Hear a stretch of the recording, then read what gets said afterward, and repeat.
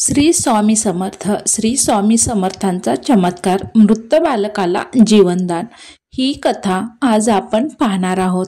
तरी व्हिडिओ शेवटपर्यंत पहा. अक्कलकोट तो काळ 1850 ते 1860च्या सुमारास. एक लहानसे गाव होते, पण तिथे येणाऱ्या भक्तांची गर्दी दररोज वाढत चाललेली. रस्त्यावरून जय जय स्वामी समर्थ असा जयघोष घुमत असे. दूरदूरवरून लोक संकटावर उपाय मिळवण्यासाठी, आशीर्वादासाठी येत असत. त्या काळात स्वामी समर्थ अक्कलकोटात बनगुलीचा वाडा नावाच्या ठिकाणी राहत असत. कधी एखाद्या वटवृक्षाखाली बसत, तर कधी मंदिराच्या ओसरीवर, तर कधी शेतातल्या पायवाटेवर ध्यानस्थ बसत. भक्त दाम्पत्यांचे दुःख घेऊन भक्त श्री स्वामी समर्थांकडे जात असत. गावातच एक गरीब पण श्रद्धाळू ब्राह्मण दाम्पत्य राहत होतं. गंगाधर जोशी आणि त्यांची पत्नी सीताबाई. त्यांना एकच मुलगा, वय साधारण 5-6 वर्षाचं, नाव माधव. तेवढंच त्याच्या संसाराचं दुःख सुख, तेवढाच त्यांच्या जीवनाचा श्वास होता. एक दिवशी माधव अचानक तापाने आजारी पडला. पहिला दिवस गेला, दुसराही दिवस गेला. औषधं घेतली, वेद पूजा केली, पण काहीच फरक पडला नाही. शेवटी ताप वाढत गेला आणि एका सकाळी माधवने श्वास घेणं थांबवलं. सीताबाई रडू लागली. आपला मुलगा आजारी पडलाय, त्याने श्वास घेणंही थांबवलंय, याचं तिला खूप वाईट वाटू लागलं. ती खूप रडू लागली. देवा, आमचं सर्व काही संपलंय आता.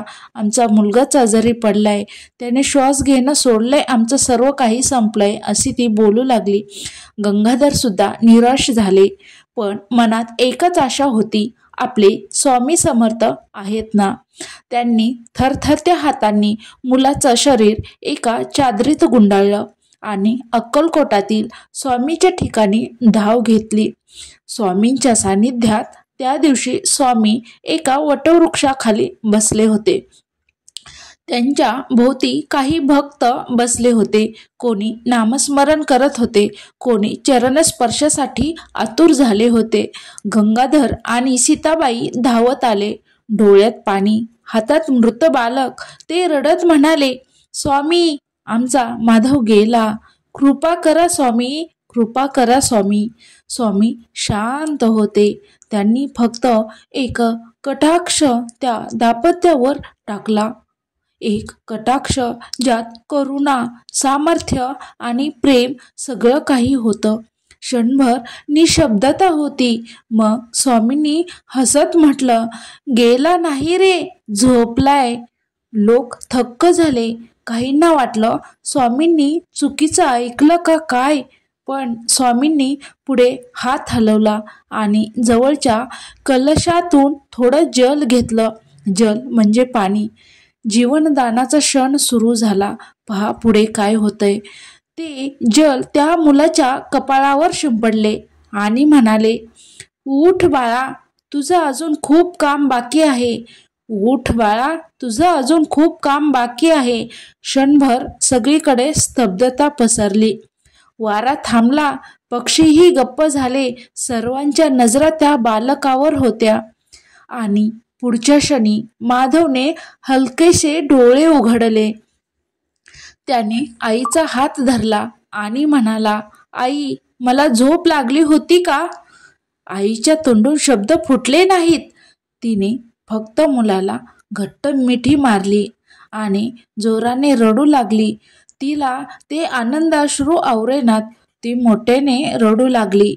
गंगाधर जमिनीवर लोटांगण घालत म्हणाला, स्वामी, तुम्हीच परमेश्वर आहात. तुम्हीच आमच्या जीवनाचे सर्व काही आहात. तुम्हीच आमच्या जीवनाचा आधार आहात. तुम्हीच आमच्या जीवनाचा रक्षण करता आहात. स्वामी, आज तुमच्यामुळे माझा मुलगा वाचला आहे. तो मरणाच्या दारात होता, त्याला तुम्ही मरणाच्या दारातून बाहेर आणलेला आहे. स्वामी, मी तुमचे उपकार कधीही विसरू शकत नाही. आज तुम्ही आमच्यावर खूप मोठी करुणा केली आहे, खूप मोठी माया दाखवली आहे, खूप मोठी मदत केली आहे. अहो, मी काय केलंय? परमेश्वर सर्वांच्या हृदयात आहे. श्रद्धेने बोलवलं की तो ऐकतो, असं स्वामी समर्थ त्या गंगाधरला म्हणाले. त्यानंतरचा अनुभव नक्की ऐका. त्या दिवसानंतर गंगाधर दाम्पत्य पूर्णपणे स्वामींच्या भक्तीत लीन झाले. ते दोघेही स्वामींची भक्ती करू लागले. त्यांनी दररोज अन्नदान सुरू केलं. स्वामींचं नामस्मरण, जे जे स्वामी समर्थ असं नामस्मरण त्यांच्या श्वासात सामावलं. रोज ते दोघं स्वामी समर्थाचा नामजप करू लागले.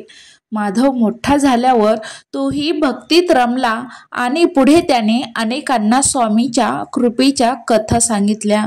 त्याच्या बाबतीतही तशीच कथा झाली होती. त्याने सर्वांना कथा सांगायला सुरुवात केली. भावार्थ, कथेचा संदेश. ही कथा केवळ चमत्कार नाही, ती श्रद्धेची परीक्षा आणि कृपेचा अनुभव आहे. स्वामी समर्थांनी दाखवून दिलं की जी श्रद्धा खरी आणि निष्फळ असते ती मृत्यूवरही विजय मिळवू शकते. आणि त्याचा नेहमीचा संदेश म्हणजे स्वामींचा नेहमीचा संदेश म्हणजे भिवू नकोस, मी आहे ना. स्वामींचा संदेश असतो, भिवू नकोस, मी तुझ्या पाठीशी आहे. हीच त्या प्रसंगातून उमटलेली जिवंत शिकवण आहे. आणि अशा रीतीने श्री स्वामी समर्थाच्या कृपेनं त्या भक्त दाम्पत्याचं आयुष्य पुन्हा उजळलं. त्या भक्त दाम्पत्यांचं आयुष्य पुन्हा उजळलं. मृत बालक उठून बोललं आणि सगळ्यांना कळलं, हा केवळ मनुष्य नाही, म्हणजे हे स्वामी समर्थ केवळ मनुष्य नाहीत, हा दत्तावतार आहे. स्वामींनी दाखवून दिलं, श्रद्धा खरी असेल तर मृत्यूवरही विजय मिळतो. त्यांचं प्रत्येक वचन आजही भक्तांना आधार देतं. भिवू नकोस, मी आहे ना. श्री स्वामी समर्थ महाराज की जय. जर तुम्हाला ही कथा आवडली असेल तर व्हिडिओला लाईक करा. भक्तीच्या आणखी कथा ऐकण्यासाठी आपल्या चॅनलला सबस्क्राईब करा आणि हा संदेश सर्वांना शेअर करा, जेणेकरून प्रत्येक घरात, प्रत्येक अंतःकरणात स्वामी समर्थांचं नाम घुमत राहील. जे जे स्वामी समर्थ असा नामजप तुम्हीही रोज करा. तुमच्या जीवनातही चांगल्या गोष्टी घडायला सुरुवात होईल. अशाच नवनवीन कथा ऐकण्यासाठी आपल्या चॅनलला लाईक, शेअर आणि सबस्क्राईब करायला विसरू नका. कमेंटमध्ये लिहा जय जय स्वामी समर्थ, जय जय स्वामी समर्थ, जय जय स्वामी समर्थ.